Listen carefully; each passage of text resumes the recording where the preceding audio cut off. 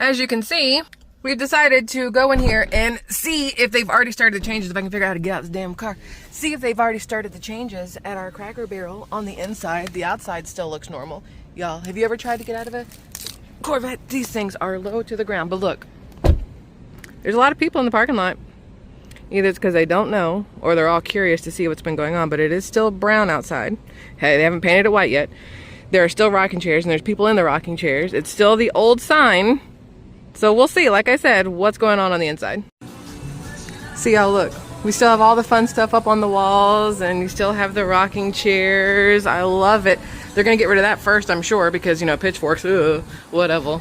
I just want to read this sign to y'all, or at least let y'all see this, because I think it's very interesting that this is a sign that's been up there forever and a day, and what is being done to the Cracker Barrels now goes 100% against this, in my personal opinion. All right, so technically I was wrong. I walked in and I went left over there, and it's not Christmas stuff. It's like random Florida, this area stuff, and like cosmetics and things, but I was right about everything else. It is all like Talbots in the corner and random stuff everywhere else. We've got Halloween stuff hiding over there. You guys can see Halloween stuff.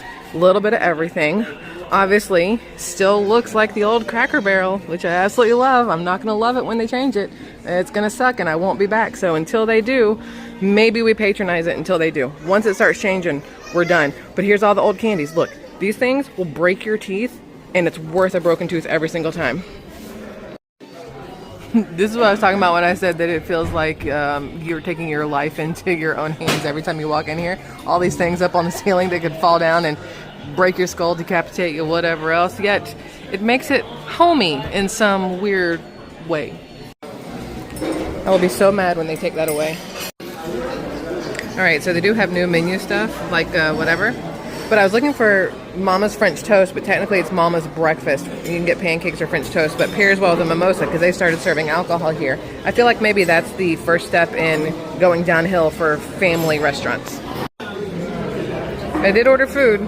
Grandma's French Toast or Grandma's Sampler, whatever, with all the stuff, and it looks like it always looks. Although his French Toast used to come with 5 pieces and now it's 4, so it is a little bit smaller than it used to be. So as we were leaving the Cracker Barrel, I realized why they might actually be possibly going out of business or needing to make the changes. If you haven't been there in a long time or ever, you may not realize that the waiter, waitress, whoever you happen to have, at the middle of your meal or towards the end, they're going to bring you your check. But they don't wait for you to pay it. There is a QR code on the bottom where you can do the scan and pay and go, which started during COVID. Everything went QR code, contactless, whatever else. So they have this QR code at the bottom. You can sit at the table, scan it, pay it, get up, walk out the door. Or you get it from your table, you take your receipt, your check, and you go to the line and you stand in line at the front and you pay there and then you leave. But how many people do you really think do that? Do you think every single person that goes into Cracker Barrel actually pays their bill, either using the QR code or going to the front? Or do you think there's a few dine and dashers that don't really look like dine and dashers because the way Cracker Barrel is doing the whole thing with the how you pay is kind of stupid in today's society, which I feel real bad saying, but people suck. People legitimately suck now. Not all of them, obviously. I don't think y'all suck. 99.9% of you. That 0.1% of you, though, oh, y'all suck. But you know who you are if that's the case. The point with Cracker Barrel and their receipts, like we're sitting there, we had to wait 20 minutes for a table, number one, and it was not that busy. Once we actually went to our seat, I could see plenty of tables that hadn't been bussed. I could see plenty of open tables. And my first thought was, oh, I guess the kitchen staff isn't here, so they can't seat as many people, because a lot of people don't realize that if you overseat a server, you know, that's going to not do well for you. But if you overseat an entire restaurant and you don't have a kitchen staff to keep up with the orders, that's going to screw everybody, right? So they weren't really seating people the way they normally would, or they wanted it to look some type of way. So my husband was saying, oh, and we saw an Asian family. I'd only really ever seen white people and black people inside Cracker Barrel. This is probably the first time I saw an Asian family. And I was like, huh, what are the odds? I just talked about the fact I've never seen any of y'all inside a Cracker Barrel, and here we are. And that got us talking. I was like, babe, to my husband, I was like, babe, do you think that all these people are here because of all of the attention Cracker Barrel is getting right now, because of the changing of the logo, the changing of the interior, the changing of the exterior, the changing of the menu, the adding of the alcohol to the menu, all these kind of things?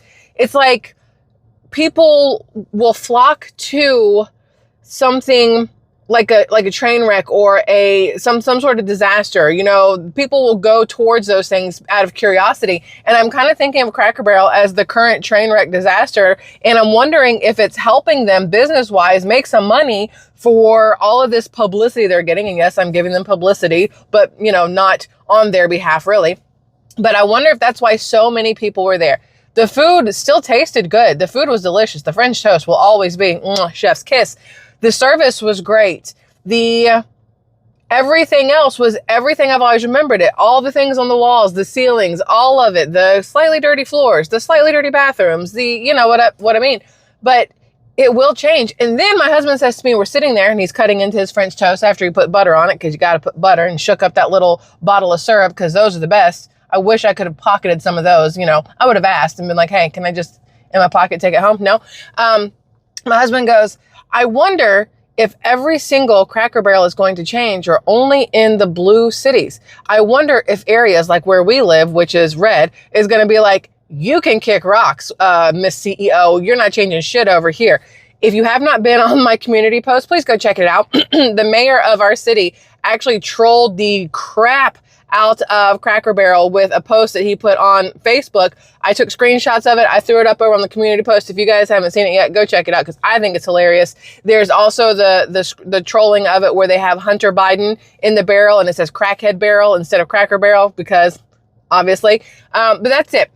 That's probably the last time we're going to talk about Cracker Barrel for a very long time. I just wanted to give this kind of like we packaged it up. We've seen it. We know what it looks like. We've seen the new one, which we talked about in the very first video. We talked about some other stuff. Here's what they still look like, at least where I live.